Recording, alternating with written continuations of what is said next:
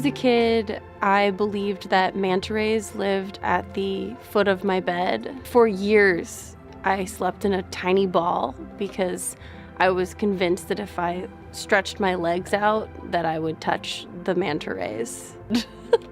When I was a kid, I had an imaginary friend. They were 3 mice. I think they were like this big.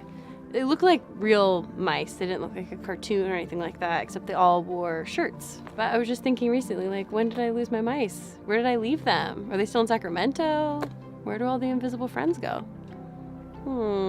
I've always been interested in words and language and how words were created. And I was so young, I didn't really have a deep understanding of much of anything because I thought that Abraham Lincoln invented all of the words and that he was with a group of people and they just would walk around town and be like, what do you think that is? And he'd be like, I'm gonna say an electricity line. They'd be like, okay, got it. And they just write it down. And those are the words that we have today. My parents would describe me as the WB frog, you know, that frog that like when no one's looking is like, oh, my baby. And then like when someone shows up, it's just like a normal frog. That was me as a kid. Like if I was just with my parents, I was just like larger than life character.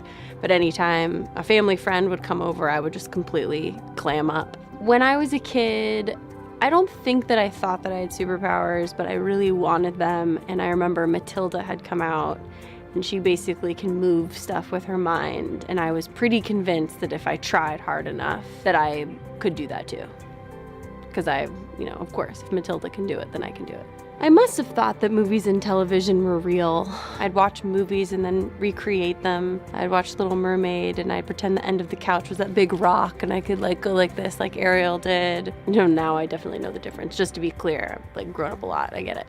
But I think it's like the best parts of me and it's the part of me that makes me good at my job, but I can suspend my disbelief. But like I've had major glitches. I once asked someone, I was like, wait, yeah, what year was it when there was dragons? And they were like, no.